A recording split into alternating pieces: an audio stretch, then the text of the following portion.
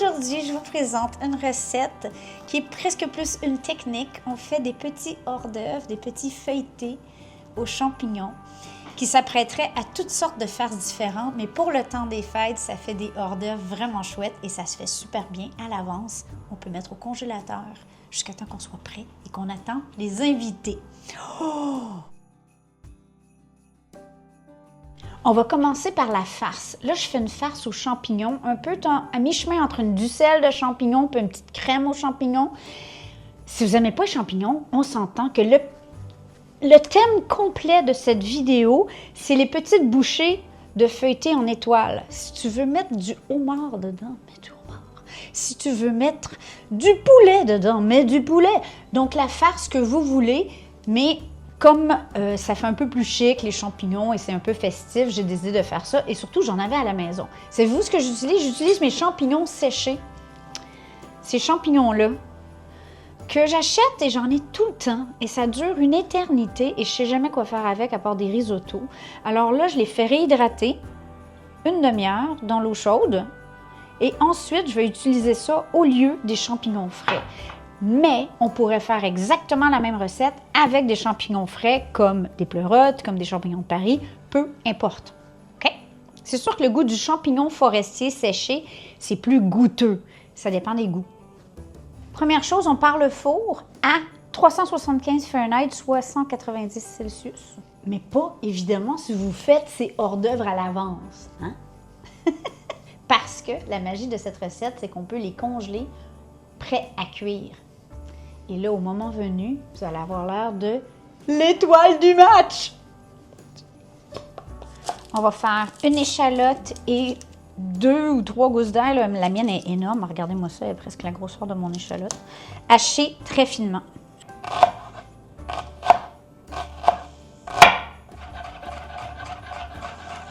Pour la recette, je vais faire un peu des deux, champignons frais et champignons réhydratés. Donc, on a la saveur intense du champignon forestier et la texture intéressante du champignon frais. On retire l'excédent d'eau des champignons. Et ça, en passant, ça fait un bouillon umami qui peut être intéressant dans vos recettes, surtout les recettes véganes. Et je viens simplement hacher. Il y a 2 autres ingrédients pour cette recette. On pourrait prendre de la crème fraîche. Ça, c'est plus décadent, mais des fois aussi plus cher ou plus difficile à trouver. Mais pour les Européens, c'est probablement votre meilleure option. Ou du fromage à la crème à votre goût. Donc, un fromage soit fouetté, soit pas fouetté, peu importe, pour donner une onctuosité à la farce. Et j'ai un petit verre de muscat, un vin un peu plus sucré. Donc, on pourrait utiliser du sherry, du porto, du sauterne. Si vous en avez qui traînent. Le mien, il est dans la cave pour Noël. Hein? Mais bref, un petit vin liquoreux. C'est facultatif. Sinon, vous pourriez mettre une petite affaire de vinaigre, une petite affaire de sucre. Essayez d'approximer la saveur que ça donne.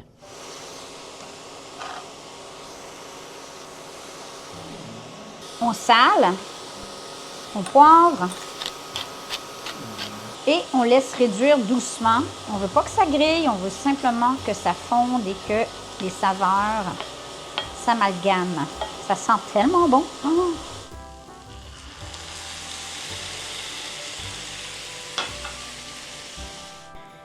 Bon, j'aurais pu faire des dés de fromage à la crème. Minute d'humilité, ça ne me tentait pas.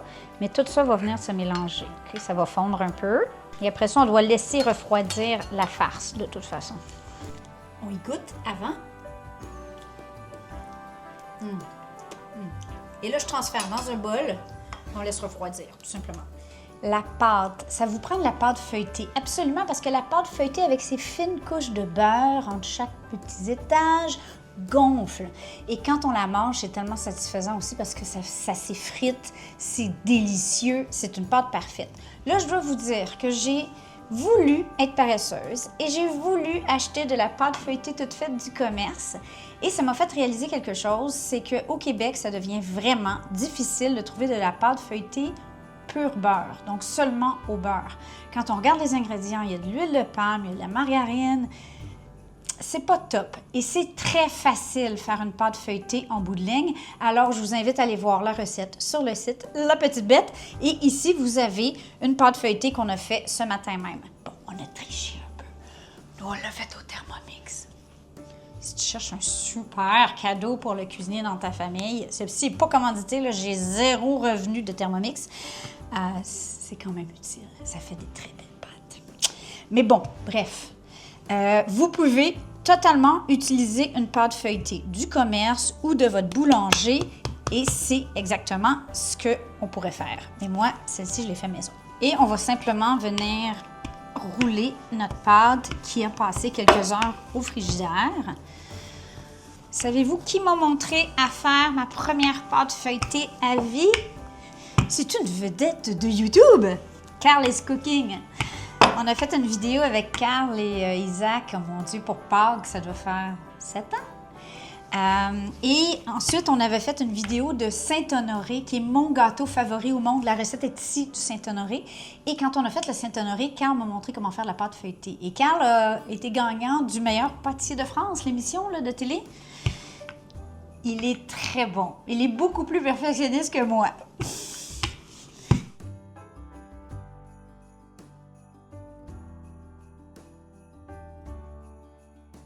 OK!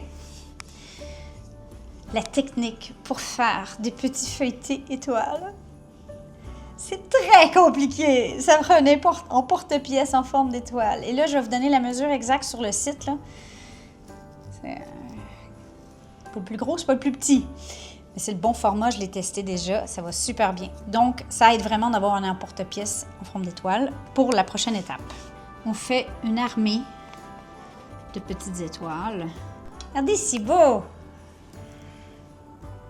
Donc, pour chacun des petites étoiles, on a besoin d'environ une petite cuillère à thé, mais allez-y à l'œil, donc c'est pas compliqué. Il faut pas que ça déborde.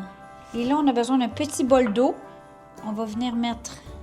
Et c'est là que je suis contente de ne pas avoir des faux ongles, des longues griffes, parce que je serais pas capable de faire ça. On va se dire, mais non, c'est impossible. Mais oui, c'est possible, parce qu'une pâte feuilletée au beurre, c'est magique, ça s'étire. On vient déposer comme ça, comme ça, comme ça. OK. Comme ça. Poup! Pour un look différent, on pourrait utiliser une fourchette.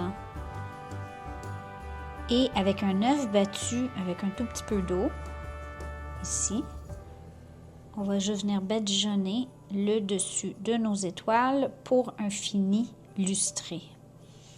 À cette étape-ci, une fois qu'on a badigeonné avec l'œuf, si on veut les garder pour plus tard, on prend la plaque directement comme ça et on la met au congélateur. Après environ 12 à 24 heures, les petites étoiles de pâte feuilletée vont être complètement prises. On les transfère dans un plat ou dans un sac à congélation et vous allez juste avoir à les sortir de là pour la cuisson. On va allonger la cuisson d'environ 10 minutes, mais ça fonctionne à merveille. On enfourne. On garde l'œil parce que ça peut dépendre de votre four, de votre pâte feuilletée, etc. Et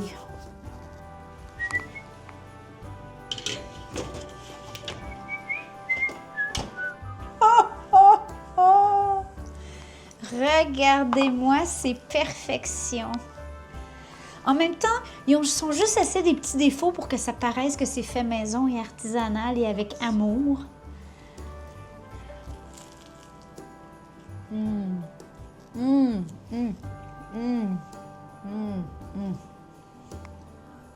Bon ben, on vous aime. Ciao, ciao.